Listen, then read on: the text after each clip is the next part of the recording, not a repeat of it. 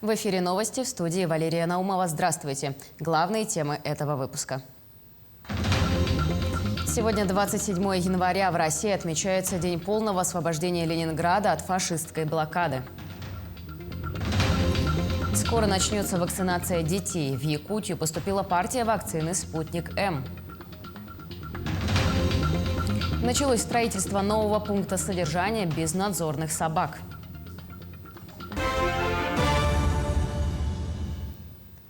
«872 дня и долгожданный момент освобождения». Сегодня, 27 января, в России отмечается День полного освобождения Ленинграда от фашистской блокады.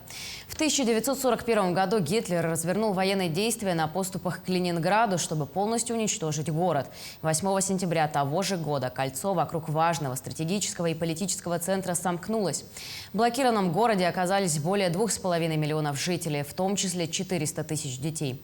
Осенью 1941 года начался голод. 27 января 1944 года Ленинград был полностью освобожден.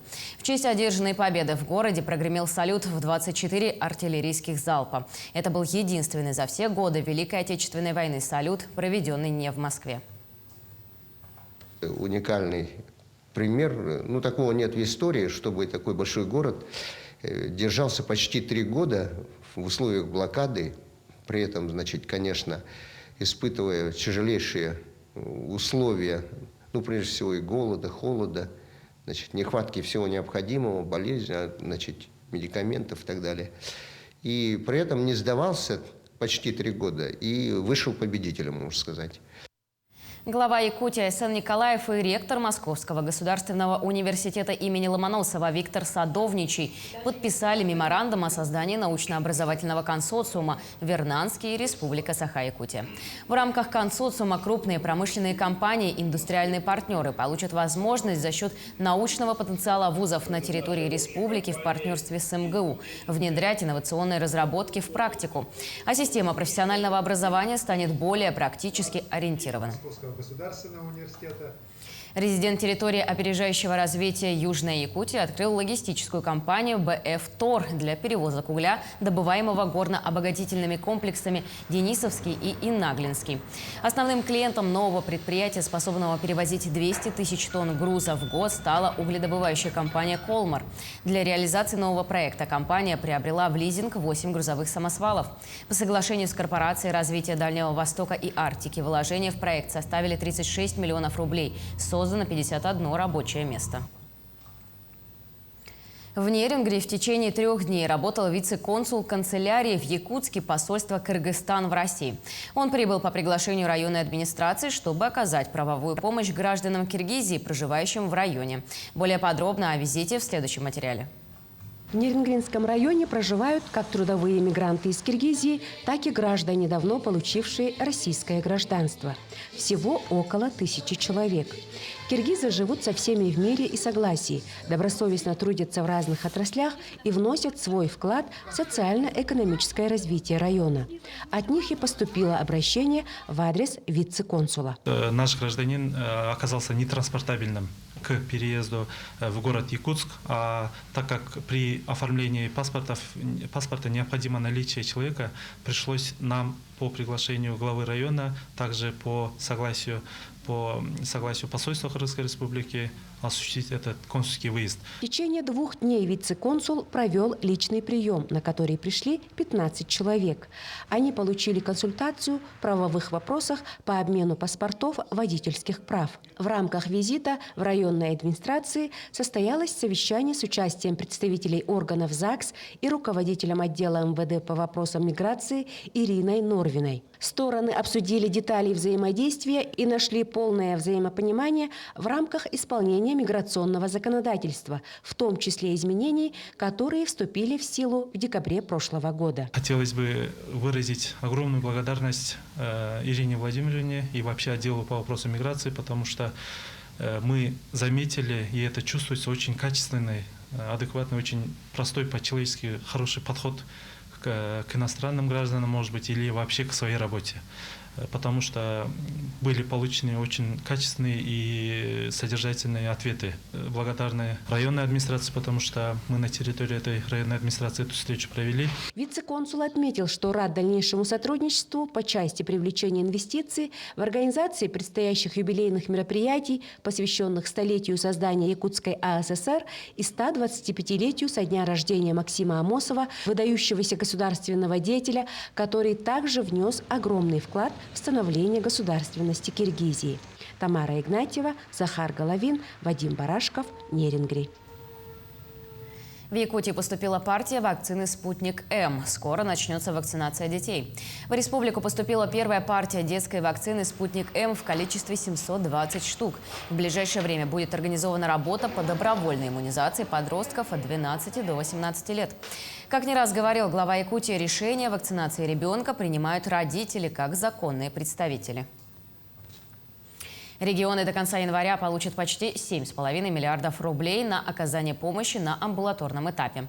Об этом вице-премьер России Татьяна Голикова заявила в ходе совещания с президентом Владимиром Путиным.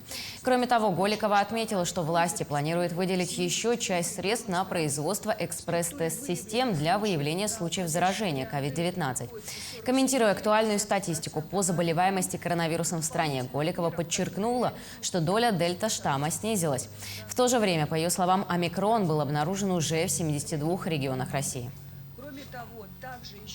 Перейдем к эпидобстановке. За последние сутки на территории республики выявлено 1937 новых случаев заболевания коронавирусной инфекцией.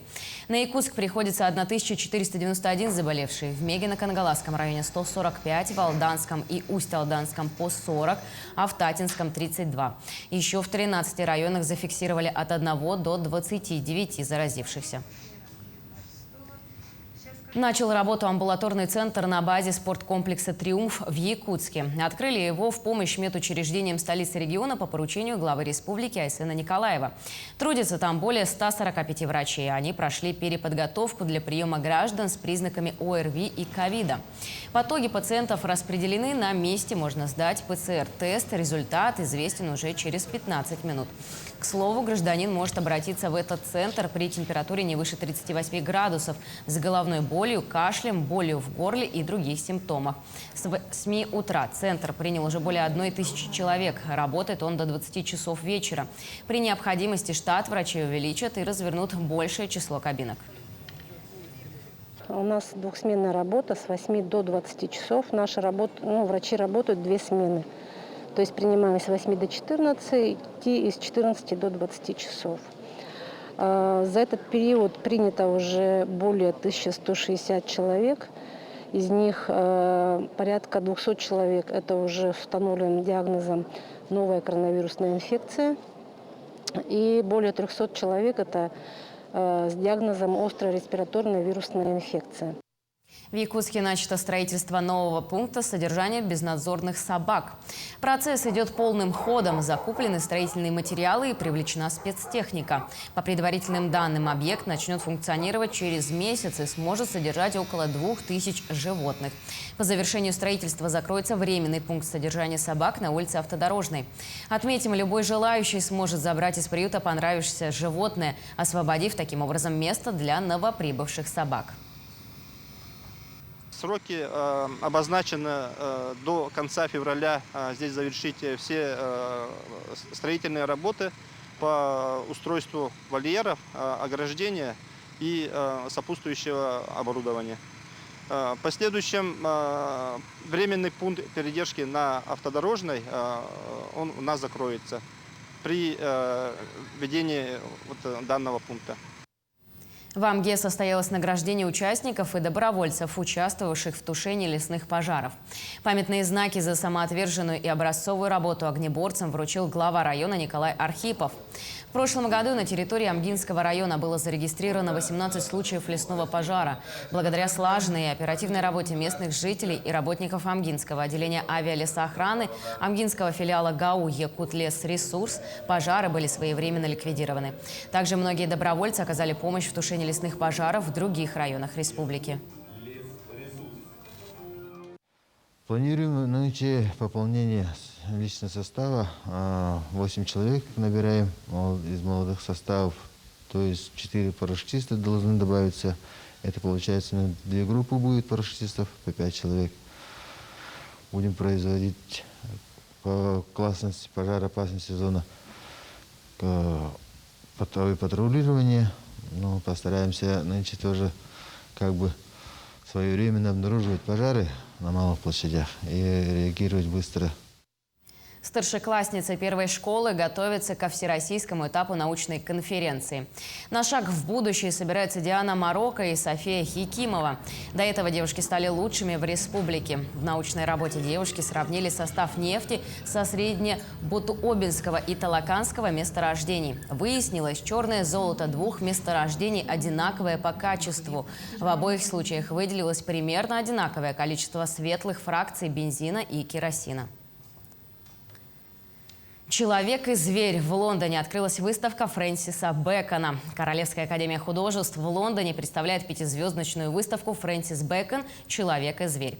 Она исследует увлечение художника миром животных и отражение их черт в людях. Наши коллеги продолжат тему.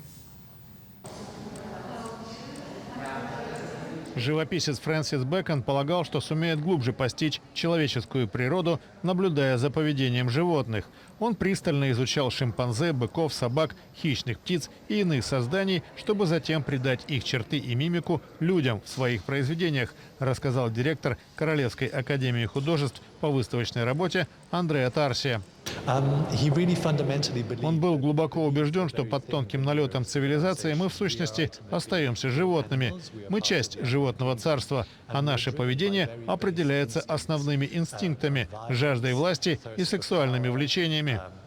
Выставка «Фрэнсис Бэкон. Человек и зверь» исследует гипнотическое влияние, которое оказывали на него движения животных. Их он наблюдал во время путешествий в Южную Африку.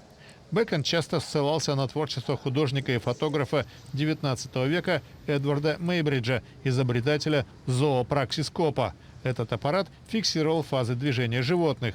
Бэкон и сам увлекался фотографией. Он известен кричащими фигурами с запрокинутыми головами и широко открытыми ртами.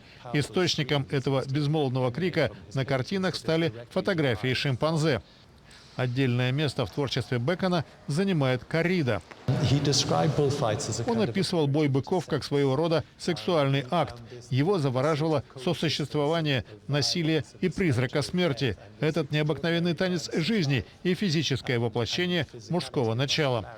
Выставка открывается для публики 29 января. На ней можно будет увидеть самые ранние и заключительные работы мастера.